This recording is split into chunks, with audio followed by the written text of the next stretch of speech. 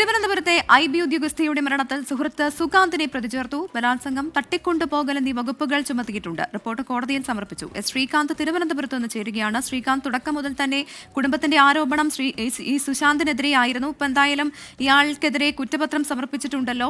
എന്തൊക്കെ വകുപ്പുകൾ ചുമത്തിയിട്ടുണ്ട്? പ്രധാനമായും ഈ റിപ്പോർട്ടിൽ, കുറ്റപത്രമല്ല റിപ്പോർട്ടിൽ എന്തൊക്കെ കാര്യങ്ങൾ സൂചിപ്പിക്കുന്നു? ബലാത്സംഗം, തട്ടിക്കൊണ്ടുപോകൽ വകുപ്പുകൾ ചുമത്തിയാണ് ഇയാളെ പ്രതി ചേർത്തിട്ടുള്ളത്. കഴിഞ്ഞ കുറച്ച് ദിവസങ്ങളായി ഈ സംഭവം നടന്നതിന് ശേഷം ഇയാൾ ഒളിവിലാണ്. ഇതിനിടയിൽ കഴിഞ്ഞ ദിവസം ഇയാൾ ഹൈക്കോടതിയിൽ മുൻകൂർ ജാമ്യാപേക്ഷയുമായി വന്നിരുന്നു. അതിൽ പറഞ്ഞത് ഈ IB ഉദ്യോഗസ്ഥ മരിച്ചതുകൊണ്ട് ഏറ്റവും അധികം നഷ്ടമുണ്ടായത് തനിക്കാണ്. താൻ വിവാഹം ചെയ്യാനിരുന്നതാണ് ഈ ഉദ്യോഗസ്ഥയെ. ഇതിനിടയിലാണ് ഇത്തരം സംഭവങ്ങൾ ഉണ്ടായത്.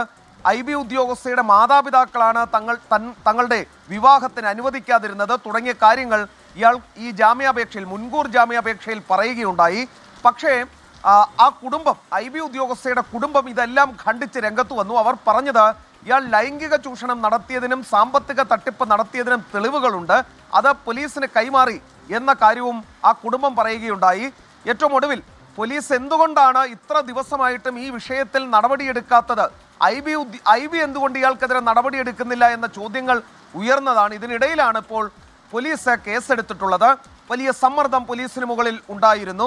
പോലീസ് ഇനിയും മുന്നോട്ട് പോകാൻ സാധിക്കാത്ത സാഹചര്യത്തിലാണ് പേട്ട പോലീസ് ഇപ്പോൾ കേസെടുത്ത് റിപ്പോർട്ട് കോടതിയിൽ വെച്ചത്. വൈകാതെ ഇന്റലിജൻസ് ബ്യൂറോയും ഇയാൾക്കെതിരെ നടപടി ആരംഭിക്കും. ആദ്യഘട്ടം സസ്പെൻഷൻ, പിന്നെ അന്വേഷണം. പ്രൊബേഷൻ ഓഫീസർ ആയതിനാൽ ഒരു പക്ഷേ പിരിച്ചുവിടൽ തന്നെ ഉണ്ടായേക്കാം. ശരി, ശ്രീകാന്താണ് വാർത്തയുടെ വിശദാംശങ്ങൾ നൽകിയത്. തുടക്കം മുതൽ കുടുംബം ആരോപിക്കുന്നത് ഈ ആൺസുഹൃത്തിന്റെ ഇടപെടലാണ് മരണത്തിലേക്ക് നയിച്ചത് എന്നുള്ളതാണ്. പക്ഷേ അതെല്ലാം ഖണ്ഡിക്കുകയാണ് ഇപ്പോൾ ഈ പ്രതി ചേർക്കപ്പെട്ട സുകാന്ത് എന്നാണ്. താൻ കല്യാണം കഴിക്കാനിരുന്ന പെൺകുട്ടിയായിരുന്നു, വീട്ടുകാരാണ് വിവാഹത്തിന് സമ്മതിക്കാതിരുന്നത് തുടങ്ങിയ കാര്യങ്ങളാണ് അയാൾ പറയുന്നത്. എന്തായാലും ഇതിൽ ഇനി തെളിവുകളൊക്കെ സമർപ്പിക്കേണ്ടി വരും. ആരുടെ ഭാഗമാണ് സത്യം എന്നുള്ളത് തെളിയേണ്ടത് തന്നെയാണ്.